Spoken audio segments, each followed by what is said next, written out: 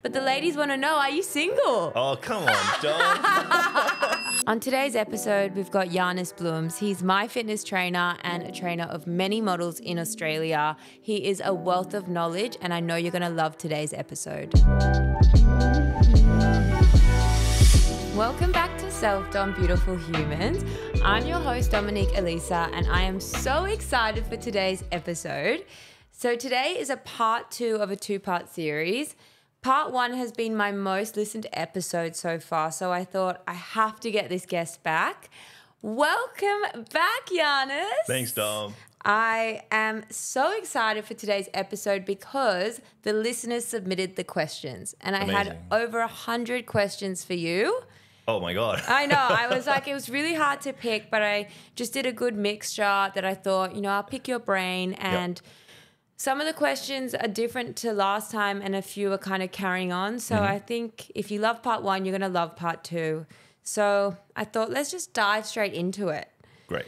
There were a lot of questions about nutrition this time, which I'm not surprised about. So how important is it to eat protein straight after you train? Protein's a particularly interesting macronutrient. So the studies say that you don't have to go and just smash protein after you train. As long as you're getting protein sources throughout the day and you're getting enough protein within the day, then that's sufficient. The old school kind of bodybuilder and guys that are building muscle and, it's like, oh, you got to smash chicken straight after, have your protein shakes. You got to have a protein shake before you go to bed because that's when you're doing your muscle building. And look, there's other studies out there now that are much newer, and they're basically saying as long as you're getting enough protein during the day and throughout the day, then that's sufficient enough because you don't have to go and just consume protein directly after a workout. Depends on the workout you're doing as well in terms of what you should be consuming. But let's say if it's a high intensity workout, for instance, and you've used a lot of glucose, sure, you want to be having some high glucose carbohydrate meal or drink after to replenish those glucose stores as soon as possible. But with protein, it's, have some protein meal 1 to 2 hours after training, which is probably what most people are going to do anyway. But honestly, throughout the day, I think the most important thing for women here is that they actually have enough protein each day. And there's a lot of studies out there showing that they aren't. And so it's really important that you have about 1.2 to 1.7 grams per kilogram of body weight. And so if you can do that, then you're going to have enough protein in your diet. And protein itself, like there's some studies out there that say just consuming protein, someone that doesn't actually train, can actually help just with your muscle mass and sort of like fat conversion to building muscle. And then we know that if you're doing your strength training as well, and you're recovering well and you're having your protein, you're going to get the best results with that. So yeah, probably straight after, not that big of a deal, but making sure you definitely get enough during the day, every day. Yeah, I feel like for me on my fitness journey, I now make sure that every meal that protein's kind of the main part of my meal and I work it around. So I'll choose like chicken, fish, tofu, whatever it is, then choose my veggies, then choose my carbs, then choose my fat. But I always make sure I have protein. And I think that's been over the last 2 years, a really big focus, and I've noticed a change in my body from doing that. And I wouldn't say my training has changed that much, but my recovery is better since I've eaten more protein and my head fog goes away. I just feel my best. Yeah. And yeah, I love that you're giving that stat because I think girls are not eating enough protein. I think that we've glamorized this, like not eating to your full for women, like light salads and things like that. But it's interesting you say that. Yeah, no, definitely. Look, protein is a building block of our muscle and so much more. The amino acids have so many important roles in the human body. But when we're looking at muscle mass, which then is a hormone regulator, it has a huge impact on our overall. It's not like eat more protein, you're going to get bulky or build more muscle. It's not like that at all. But yes, it does help with your recovery after strength training, but it will also help you sustain your muscle mass. So, and this is really important for women getting older, after menopause, especially when they're more susceptible to osteoporosis and bone mineral density is reduced. having higher amounts, so when I said 1.2 to 1.7, probably having the 1.7 grams per kilogram of body weight in the older generation women is really important to make sure that you do that so that you actually maintain the muscle mass that you have while still doing, your strength training or going for a run or anything that's got a bit of shock to the bone and the body will help stimulate that bone density. But a higher amount of protein for the older women is really important to maintaining that muscle mass. Yeah, and I think when you spoke about fats as well, like understanding that your omega-3s, your very healthy fats from walnuts, avocados, and fish or fish oil supplements, they also help with the protein synthesis and maintaining your muscle mass and reducing inflammation and things like that. So they all work together. Like nothing works alone in the human body. It's all part of systems. And so we have to make sure that, you have your protein, you have your healthy fats, and then you have your carbohydrates as well. And understanding, I guess, the role of carbohydrates. I'm just going to go off a little bit here because I think this is important. If we understand that we need our carbohydrates as an energy source, especially for, let's say, high intensity exercise. So our muscle, I think I may have said in the last podcast, the muscle holds about 400 to 500 grams of our carbohydrates. The liver holds about 100 grams. Now that 100 grams in the liver is a reserve supply because if we run low on blood sugar, then we can go into hypoglycemia and that can prove fatal. So when we're doing high intensity exercise for, quite some time, 45 minutes or so, we're draining the glucose in our muscle stores and then our liver will start pumping glucose into the bloodstream. And we actually need to consume more glucose by that stage to re-energize our muscles with some more sugar. And so if you're doing like high intensity exercise, it's really important that you probably eat a little bit more carbohydrates than somebody that doesn't. Because if you're doing your slow runs, you're not burning too much carbohydrates. And if you're doing your strength training, you are. But replenishing your carbohydrate stores in your muscle and your liver is really, really important. If you're not doing high intensity exercise and all you do is walk and Pilates, there's a slightly different equation with the carbohydrates there. Because if you're not using the carbohydrates in your muscle and your liver, and that's the only place you can store them, right? So then you're starting to put the carbohydrates into the system and it goes into the body and the body's like, well, the storage facilities are full here. The muscle's full, the liver's full. So what am I going to do with this carbohydrates? Well, the liver then takes it, converts it into fat.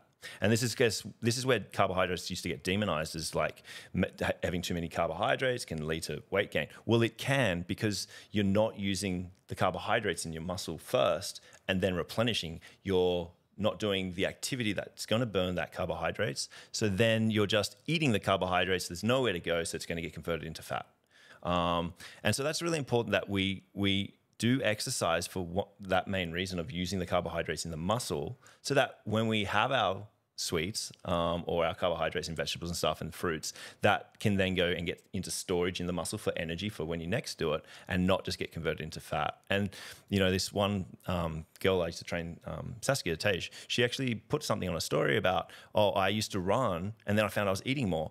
And yeah, that's because if you're running at a higher intensity and quite fast, you're using a lot of glucose. So after you run, you're going to feel like those sweets. It's okay to have them. You got to restock your glucose stores. So don't be afraid of that. I've picked up my running again, and yeah, I'm getting those sugar cravings because I'm using sugar as my energy source there. So it's really important to understand that as well. I think it's also important for people to understand that when you say carbohydrates, there's carbohydrates in your fruit, there's carbohydrates in your vegetables. So that high intensity training is important because everyone's diet includes those things. So I think this kind of goes nicely into the next question about what's the optimal diet in your opinion to maintain muscle. There's obviously like paleo diet, which I feel like from what you're saying, it's leaning towards that if you're someone who's just walking and doing Pilates, but then maybe it's a different diet if you're someone who's doing strength training. What's your thoughts? Well, I don't ever go into suggesting one diet over the other. Like, keep it simple is all I say. What you want to do is for your muscle, like we said, you've got to have your protein and you got to get enough protein because if you don't, you're going to start to, your muscle's going to start to, catabolize and you're going to lose muscle mass. We don't want that. So if you're not doing weights, at the very least, eat enough protein. But if you are doing weights, eat a little bit more and it's going to help with the muscle building. So it really is like nutrition should be quite simple. Eat your whole foods. Okay, anything that looks like it comes from the earth. it's probably going to be healthy as long as, you know, it's organic and not, there's no pesticides and stuff. So, you know, fish, meat, chicken, those sorts of things. But I like to have the healthier options there in your high omega-3s. They're just lowering your inflammation markers and things like that. So, you know, I have small fish as opposed to large fish because of there's less metals and things like that, mercury in the smaller fish. I have the walnuts, the avo for those omega-3s as well. Plus you get the protein in there. I have some red meat, high quality grass-fed red meat. And I'll have that once to twice a week. Really nutrient dense, really good for you. Makes you feel great, gives you lots of energy, lots of protein. And then, you know, roasted veggies in olive oil, those sorts of things. And then I also have my fruits. I love berries, blueberries, raspberries, great antioxidants, high fiber, really good for your gut. I have, you know, like the nectarines and pears and apples and stuff. And there's the fiber there is really good for two reasons. A, it keeps your blood sugar spikes low because it's slow metabolizing, and B, it's really important for women because it helps excrete the excess estrogen in the body, because otherwise it just gets recycled and then we can have elevated estrogen levels. And I think women don't actually know that we produce it, but then we also recycle it. It actually gets excreted out through the bowels as well. So you need high fiber as a woman and as a man just for healthy gut. So just mostly whole foods. And then it's about, I look at the what, so that's the whole foods. And then I look at the when. I think I said in the last podcast, I don't really look at the how much. It's the timing of your food. So keeping that window rather smaller. So your fasted state is larger than your fed state, and you're not going to overconsume. Have your treats, you know, once a week. So whether it's a bag of popcorn or you like to have a burger or whatever it is, like enjoy that. But just sort of most of the time, having your whole foods and veggies. Yeah. I love how you're saying whole foods and veggies. I mean, I'm such an advocate of always shopping on the outskirts of the supermarket, not eating what's in a packet. We've just gone so backwards to how it's meant to be. And I think this is why it's so confusing for people when they're thinking about what to eat, how to eat, because they see packets are sugar-free, low fat, you know. And I think when you say keep it simple, that is the best advice. The last thing probably other advice there is try to make it at home. I've noticed a massive difference. I used to eat out a lot because of time constraints with all my training and coaching. And now I've just sort of been a bit smarter and preparing a lot more food at home. And I've noticed in my blood markers massive changes. And it's mostly because a lot of takeout food will use the seed oils and sort of more high octane kind of makes fuel, it tasty. Like oils. They put butter and salts salt and sugars and things like that. And so, yeah, so even though it may look like a healthy, let's say salad or whatever, there still might be other things in there that they add for flavoring that might not be so good for you. And once in a while, again, great, but majority of your food, try and have it at home so you know that exactly what you're putting in there. Yeah, I'm a big advocate for that too. And I did also want to touch on, if anyone hasn't read The Glucose Goddess and her book, you should definitely read it, because it talks about the order you eat your food. So sometimes it's not even changing what you're eating, it's the order and how it impacts your insulin level. And she said that there's not really any reason to ever have fruit juice. So when you're saying eat your whole pear, eat your whole nectarine, when you're having fruit juice, you're not having that fiber. And as a woman, you just said how much you need that fiber. So yeah, no fruit juice. I'm so off the fruit juice. It's having absolutely. All your food as whole foods, even though that's still, it's not ultra processed food. You're still processing something from its whole. So I think it's a good thing to think about. The next question I had was, there is a big debate on whether to train fasted. What are your views on this? I mean, there's a debate about it, but as a woman, I wouldn't promote it.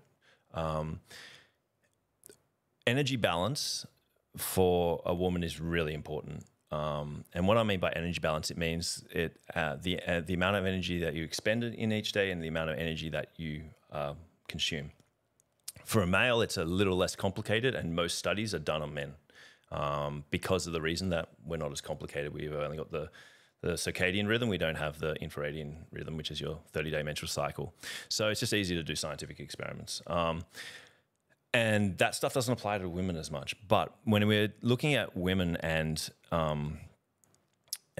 what we want to make sure is that their energy balance is sustained. And like every once in a while, if you go to the gym and you don't have time to have a small meal before it, then you know, that's fine, but I wouldn't be doing it every day.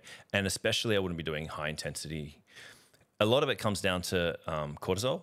So let's say in the morning, okay, because most people are going to fast after going to bed. They're not going to eat breakfast and they're going to go and train.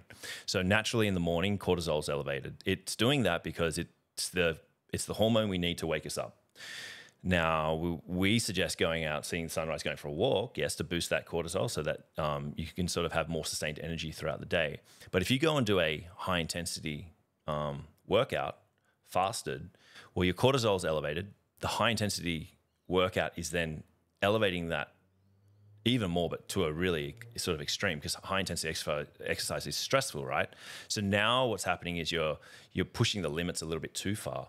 And if you do that often, then you're going into more of a chronically elevated cortisol or stress response. And that's really bad. Obviously, that's going to create a lot of inflammation and the precursors for, heart disease and diabetes and obesity and all those sorts of things. So, I definitely wouldn't be doing any high intensity fasted as a woman. Low intensity, maybe 30 to 45 minutes. Nothing again. After 45 minutes, you're getting to the 60-minute mark, you're going to start pushing cortisol back up again, just because it's of the duration there. So maybe you can do some low intensity, like a slow jog or something fasted, that's fine. But again, I'd probably still be putting something in the belly. What would you recommend? Like, even like half a banana or... Yeah, because I was going to say, for me in the morning, I'm not super hungry, but like half a banana is easy. A whole banana, a piece of fruit. Like Some you don't have to have a whole meal. No. You're just having to put something in your body. Yeah, 100%. And then that's probably the main thing. But with the energy balance, like if you're going fasted all the time, and then you go and work out, there's a good chance that you may also be not consuming enough energy throughout the day. And if you do that for too long and too frequently, then your energy balance might be out, and then you're starting to push the boundaries on your sort of your reproductive cycle. Remember that energy, I think people kind of forget how many functions of the human body there actually are that use energy. And, you know, your muscles are about 6%, I said in the last Is your brain podcast. the most? Yeah, brain and liver. And then you have these other functions, and what are functions? Functions are growth, for instance, reproduction, digestion, healing, inflammation, immunity, cognition. And then movement, obviously. So we have all these functions, and the way the body works is it will sort of prioritize. Like if you're sick, you're not getting out of bed to move. The body's not. Your body's not going to let you, because it's prioritizing the energy shifting towards your immune system and your healing systems. So, when you're exercising and you're pushing your limits all the time, and this is why I hate the high intensity everyday kind of thing. It's like, no, 1 or 2 times a week, at most 20, 30 minutes, at most. It's stressful. It's burning you up. Recover hard, and so what's happening is, like, if you do high intensity all the time, well, you're shuttling a lot of energy to movement, too much energy. And so things are kind of getting in balance now. You'll probably find that you get more brain fog. You're not thinking as well, and you're not concentrating as much. But what's happening also in the body is that you're starting to take too much energy away from things like maybe immunity or inflammation. So you might get sick more often. But the first one that goes is your reproductive system, because, and like I always say, the human body wants to be able to exist before it actually evolves. If there's not enough energy supply for existence, there's no way that it's going to have enough energy for evolution. So making sure that your brain knows there's enough energy in the environment by feeding yourself the right amount of food and having enough food will sustain energy for all your functions. And by not overdoing the exercise too much will also help with that, okay? I think this is why I feel we eat quite similarly, in the fact we like eating a breakfast but finish eating earlier in the day. Yeah. Because then, it's still this small window but we're getting our calories in the morning. And it's funny, my mum always said to me, eat like a king for breakfast, a queen for lunch, and a peasant at dinner. And it's like, your mum's tales are always right. Mum really does know best. And I swap, because I feel like when I had disordered eating in the past, it was much easier for me to just go all the way to lunch without eating, and you lose your hunger cues. And again, how you said about your reproductive system, I think a lot of women can probably relate to that. And it's just not fueling yourself properly in the morning and doing these hard exercises. So I think that's incredible advice. The next question is the last nutrition one, and it's all about metabolism. A lady asked me that she was fearful that she'd messed up her metabolism from fad diets in the past. What are some ways you could suggest someone to improve their metabolism? Metabolism is an interesting one. There's some books out there that I've read that kind of, we kind of think of, we speed up or slow down our metabolism, and some of the science says that it's not quite possible. What I want to go back to is, again, if you're feeling like you're a little bit, it's probably more your hormones that are out of whack. There's a bit of imbalance there, and go back to the cellular system first, and then and then build up from there into your systems. And so with it's hard to say what the diet they were on previously, but just go back to the things that we've just spoken about. Strip it right back and go to the basics. So what we spoke about with the protein, the carbs, and the fat, and the healthy fats. Start introducing the exercise, because we know that that's going to help cycle and circulate your blood, water, and oxygen. And in the cells, it's like, let's look at, maybe it's the mitochondria of the cell that I spoke about in the previous pod, I believe, is, let's go back and introduce some of that low intensity exercise to start building and the health of our mitochondria. And that's going to help our cells use energy better, use oxygen better. It's going to make us feel more alive, fitter, have more energy. And it's going to then stabilize our hormonal imbalances. Some of these things can take a while, and you've got to look at your sleep as well there, making sure you get your 8 hours sleep every night, making sure that you're not overstressed, not overtraining, all these other things. So it's a really complicated question there. But I would be saying, strip it right back, try to reduce your stress, even just going off and saying, I'm going to go with my partner and go into camp for a few days and get away from everything, where your stress comes down, you're going to have some good quality food, you've got some downtime, do a little bit of hiking. So that's great low intensity exercise. 3-4 days out in the bush can quickly return you back to where you want to be.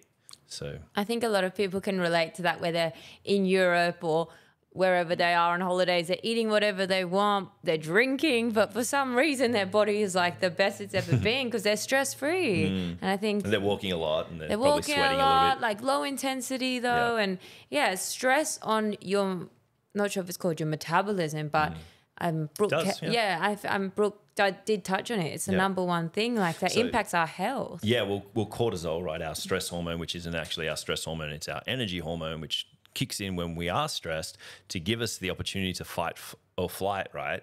What that does is it has an impact on your thyroid, and thyroid is your main gland and your hormones that affect your metabolism, your body temperature, and digestive rates and things like that. So yes, that stress, the elevated cortisol, especially if chronic, because spiking our cortisol is good. So when we do a little bit of high intensity exercise or something, it's a good thing, because actually then it's the trigger to turn it off and calm it back down.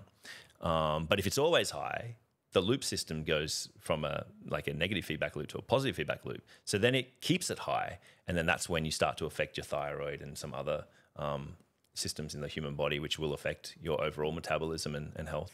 I definitely think as well, if you are someone struggling with your metabolism or your hormones, like go seek professional help, see a naturopath. 100%. It's life-changing to go get your bloods done regularly and all these sort of things. And I'll say it once and I'll say it again, like we're giving our advice from our experience, but it's always so important to see a health professional if you're struggling. Cortisol also, it's derived from cholesterol, as is testosterone, progesterone, and estrogen. And so when you're highly stressed and your cortisols are really high, well, cortisol is the one that competes against your testosterone and estrogen levels. So if you've got high cortisol, you're going to be decreasing your testosterone and estrogen. So you do want to balance that out. And you can see that in your blood and test. you can see that. Yeah, absolutely. So that's just another marker, and people might not know that cortisol, it's good for you, but not when it's chronic. And that's where you have to learn how to recover and take away stress from your environment. Otherwise, you are definitely aging fast and you're getting sick quick. Yeah, for sure. So the next few questions are going to be all about fitness and the gym. So I love the next question because I feel it. And a lot of girls want to know how to isolate the glutes in the gym. Isolate the glutes. Glutes and abs, please, Janis. This is all he hears from me. Glutes and abs. But I also feel like I'm always switching on my quads. But I have learnt a lot from you in the gym. Yes. So I'm going to let you tell the spiel you tell me every time I enter. Well, I mean, you were quad dominant when you first came to me. And by what we mean by quad dominant is that Dom just always used to feel her quads. Rarely would she feel her hamstrings, and rarely would she feel her glutes at first. And I would always be limping out the gym. Yeah, and it's kind of like, well, what was she doing beforehand, and why was she always in that position, and what footwear does she work? It's quite a complicated thing. Now, in terms of how do we isolate the glutes in the gym, it comes down to position, and your feet are a big player in your glute strength. So say you're doing a hip thrust.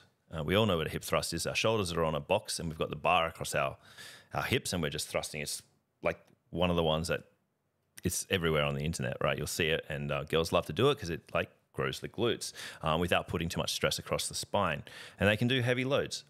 But let's just say if your heels are too close, and say the angle of your knee, I keep just pointing at things here, but you can watch on the video on YouTube. If the angle of your knee is 90 degrees or greater, you're probably going to get glutes. But if you pull your heel back towards your glute too much, you're definitely going to feel your quads. A, because you've just put tension into your quads by stretching them out a little bit, and B, because of the position of the foot, it just means that they're going to be activated more. So with the hip thrust, for instance, just try shuffling your feet out a little bit more. Some people say elevate the toe and be on the heel.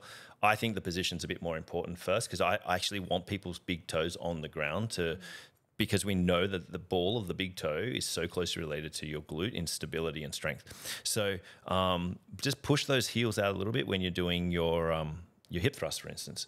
Then, the other stuff that we do is I use a wall, our single leg RDLs. We put the rear foot against the wall. And what that's doing is it's making sure that our pelvis is an opening as we bend over, which people can do, because if they have tight hips, they start to open up that hip because they're going to avoid using the glute. Having your foot against a wall makes sure it makes your pelvis stay closed, so that as you bend over, the pelvis is an opening, and so the glute's in the right position. It's going to get stretched and it's going to start to turn on and start working. So there's all these little nuances that I coach to get the glutes fired up. But it's quite technical, and you need demonstrations and things, and maybe that's what we can.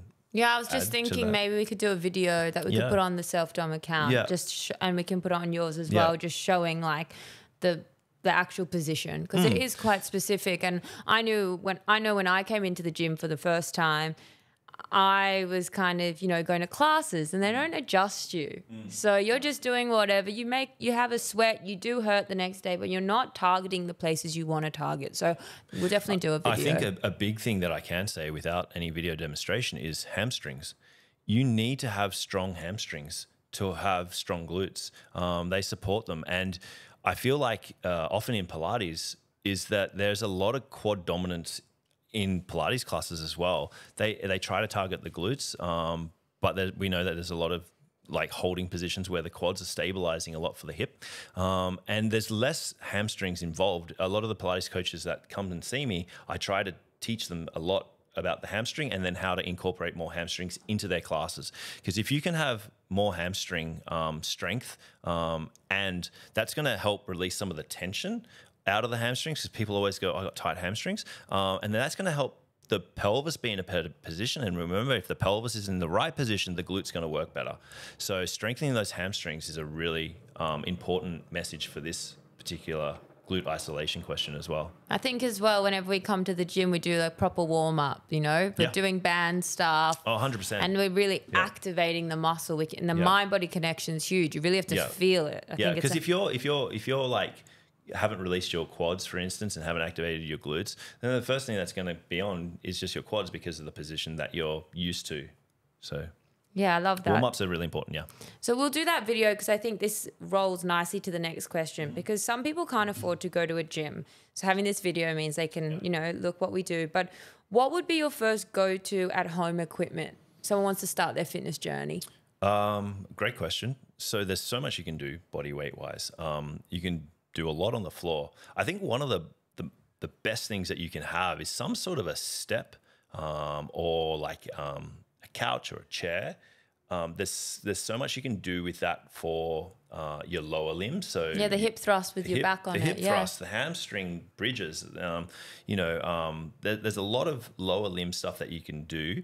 Do you have something on your app? I've got an actual a whole program called the lower limb program, which goes from the foot to the hip. It's pretty much all body weight. Amazing. The last one, you have a dumbbell, but there's about 20 exercises in there for your calves, your shins, your quads, your hammies, your glutes, your glute medius, everything in there. It's pretty much just got a little step and a box, which you can substitute for a couch. And most people have got a step or pile up a couple of books, right? That I give that to a lot of people when they're starting their strength journey. They're recovering from rehab, or some of the models as well that you know are looking to not hit the weights as hard but still want to target their legs a lot. So that's a really good program, lower limb program on Delta X Coach. In terms of the upper body, a little bit harder. I'm going to say the TRX or a pair of rings. That was the first thing you gave me. Really good, yeah, because pulling rows, chin-ups, and anything to strengthen the back, especially for women, super important. I find that most of the women that come into the gym have less strength in their back, less strength in their arms. Well, I just got critiqued on my posture in our last episode, so I'll be working shoulders and back tomorrow. You're sitting up nicely today, yeah. I've got eyes on me now. I'm scared. You can thank my mum for that one. Yeah. She used to teach grooming and deportment and etiquette and stuff. I did a June Daly Watkins course. My mum will be so disappointed. That's that. So the TRX just allows you to do rows, chin-ups, and lots of arm isolations. You can even do some elevated push-ups and things like that. There's lots of core. You can also use that to train your hamstrings and do hamstring curls. That's probably a really great tool. It's about $150, you know, pair of rings or a TRX. Or otherwise, you know, a pair of dumbbells. What weight?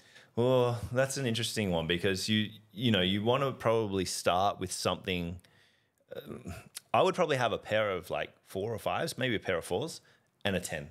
Yeah. And I think if you have a pair of 4s and one 10-kilo weight, if you're starting out, then that's probably right. So you can do bilateral work with your 4s, and you can use the heavier one to do, you know, a bit more like heavier squats or split squats or more leg dominant. But the 4s you probably need for your upper body.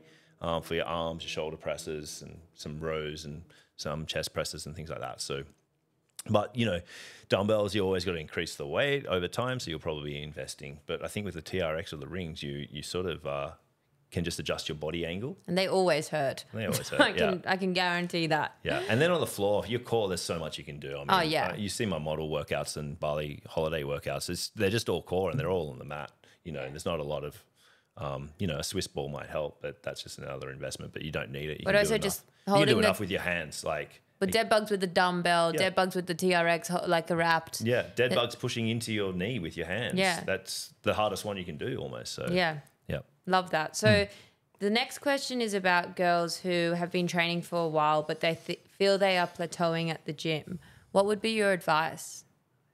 That's an interesting one. Because I feel like I had that for a while where I'm at the stage in my fitness journey where it's just second nature. I don't really think about it. I'm at a stage in my life where I'm happy with like mind body. So it's just the management.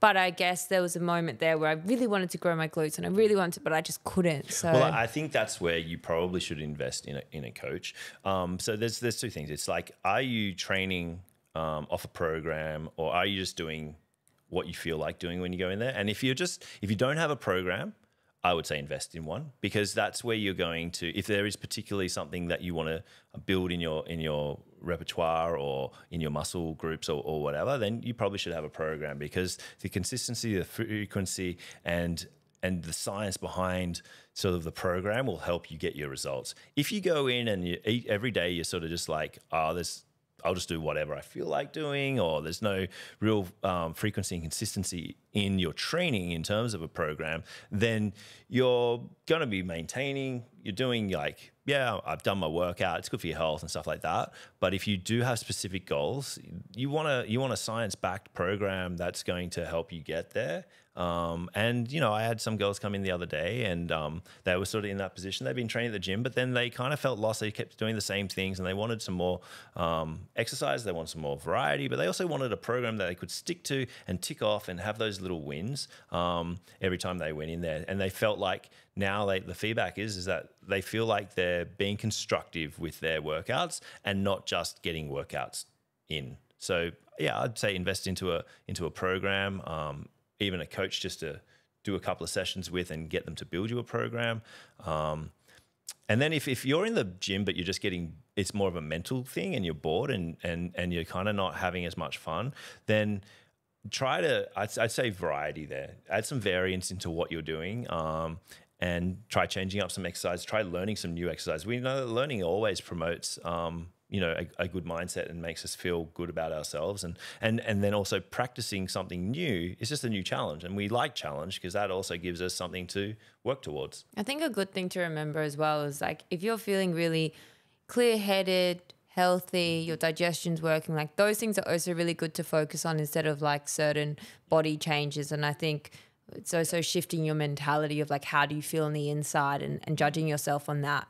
I think there's a lot of too much focus at the moment. And making sure that the workout is balanced. Like, yeah, you can take a couple of months to target your glutes, for instance, but if you're just targeting your glutes but you're not working on, say, you know, your upper body, well, then you're missing out on grip strength and stuff. So that when you want to use your glutes in a trap bar or a barbell deadlift, you're not going to be able to get them as well because your grip strength's not strong enough to support that. So you have to be balanced to make sure that you can use your glutes when you want to lift something up. But if your hands aren't going to let you do that because you never hold things and train your upper body, well, then you're not going to be as strong as you should be to really get your glutes working in a deadlift, for instance. Yeah, that's so important. Well, the next question rolls really nicely, and it's about body composition. So can a combination of training and diet change your natural composition? Well, yes, of course. I think that's like pretty much a given. And not just physically, but even just, I think we spoke about this last time, your perception about your body composition can change without much physical change at all. You just feel better about yourself because you're in touch with your body and you know that it's flowing and circulating and you're healthy and you're on the right path. But yeah, if you're trying to, you know, say reduce your fat mass and increase your muscle mass, absolutely. You know, again, training, lifting weights, going for your slow runs, building the muscle, eating well, so that you're not over-consuming too much processed foods and things like that. And then also recovering and sleeping is like we spoke about nutrition and exercise, but the sleep is really important for your recovery. If you do those three things and drink your water and keep your stress low, you can change your body to, you know, whatever it is you're trying to accomplish, especially when you're younger. As you get older, it's harder. You know, we're just more stiff and rigid because that's what happens as we get older if we haven't kept our movement up. And if you were young, like in your first 10 to 15 years, like I say, that's so crucial into how you're going to present in your adult life. And if you didn't have an athletic or didn't do sports and things like that in your first 15 years, everything's much harder in your adult life because you just haven't learnt as a child when you're so like sharp and your brain's a sponge and it loves movement to learn. So so those, you know, into your 20s, 30s and 40s, things that just take more time. So change takes more time. We're not as adaptable and as malleable as those people that did the sport. So, you know, I always say if you have children in the future, I think doing some gymnastics when they're, you know, in their first say 5 to 9, 5 to 10, is really important, and get them playing a variety of sports, make them explore the world of the sports with their limbs. That's going to grow their brain. They're going to be smarter for it. And then, you know, they can sort of like find whatever it is they truly love if they want to specialize in something from about 12 or 13 onwards, if they're, you know, if they want to be competitive in it. But yeah, so can you change body composition? Absolutely, you can. It takes hard work. It takes discipline. It takes showing up, you know, most days. And it takes discipline with your diet, takes discipline with your sleep, takes discipline with your social life, your drinking. So you have to have a look. If you're not making gains and you're trying to, you think you're exercising and your nutrition's right, well, maybe it's your sleep. Maybe it's your alcohol consumption. Maybe it's just the stress. Maybe you're working too much. Maybe you're doing too much exercise.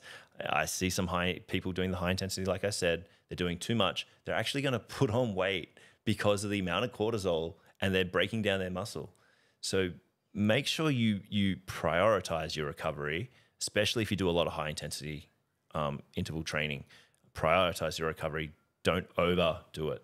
So yeah. I think as well with the body composition, what I gauge from the questions that were answered, it's like you also need to be realistic with what your goals and things are in the gym.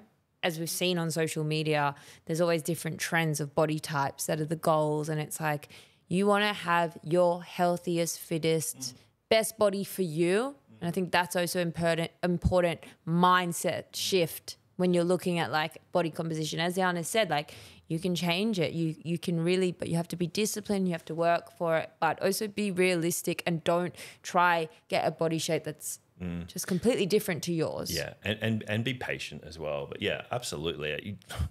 Being realistic is definitely part of it. And be patient. Don't get annoyed if things don't show up straight away.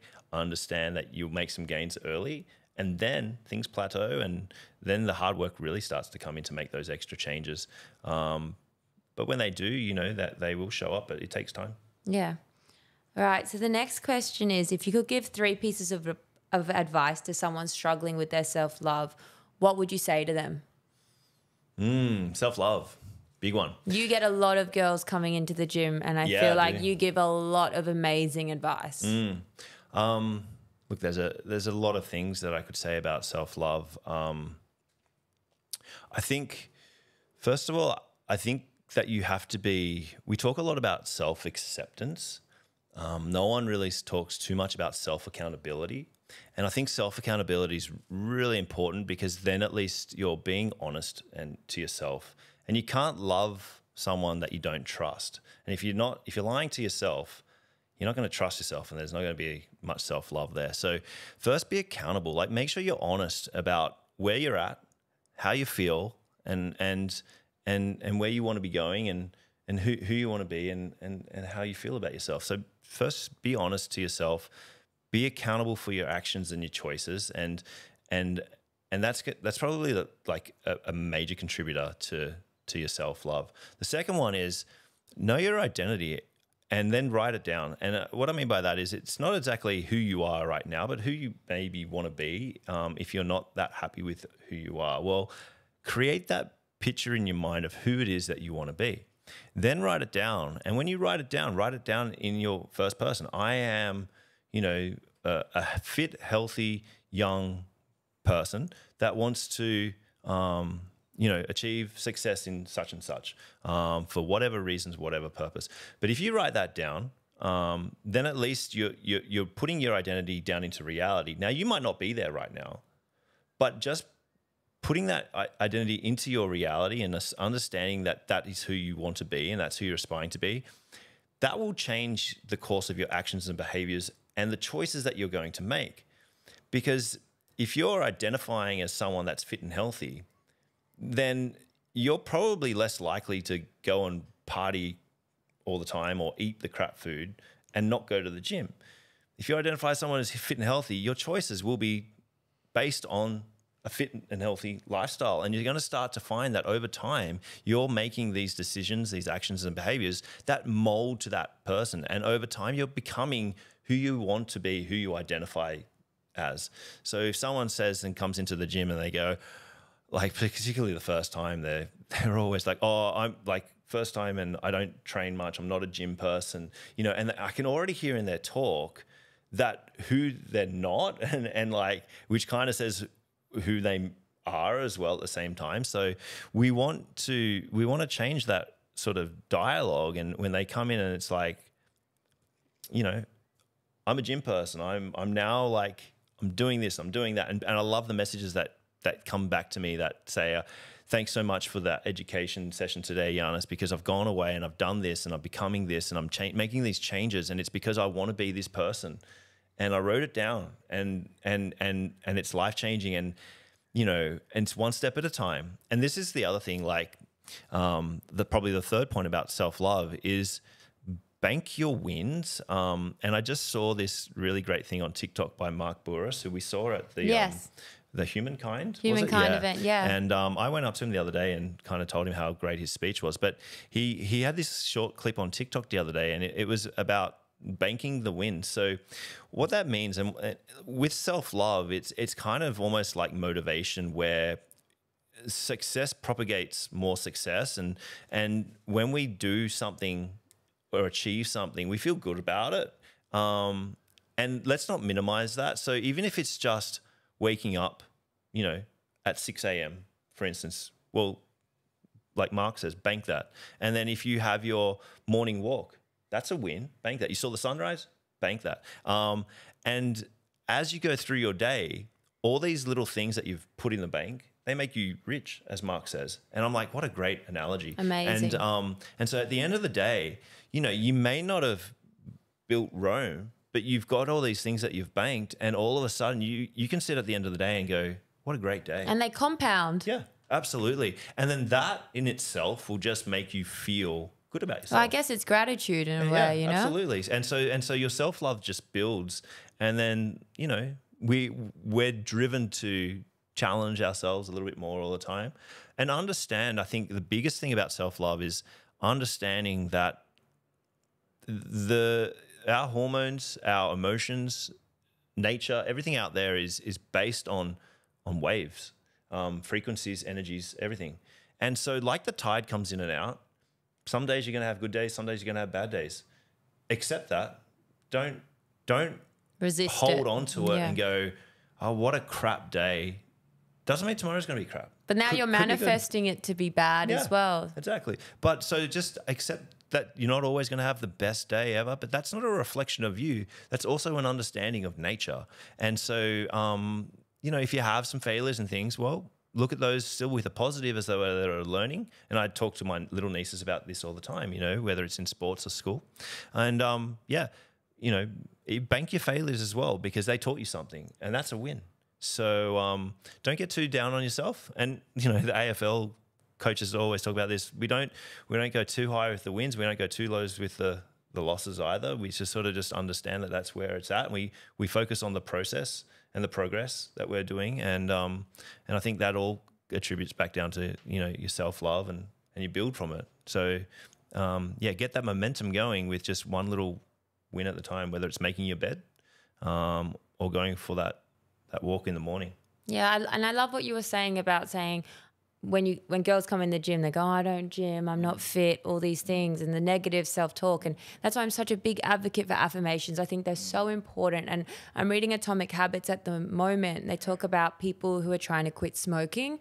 And if they go to a pub and then someone offers them a cigarette, if you go, oh, I'm trying to quit, versus saying, I've quit smoking, the people who say, I am trying, they have a much higher rate of going back to smoking. But if you already are giving yourself that talk, I have quit, or that's the identity. I am healthy, I am loved. Like you need to believe it. And once you say it and you believe it, it's like everything around you shifts and changes. Just like you said, everything's energy, and it's this beautiful flow and effect, and you get into the flow state. And I loved what you just said about self-love. I think that was incredible advice. And thanks, oh my God, everything you said today has just been incredible.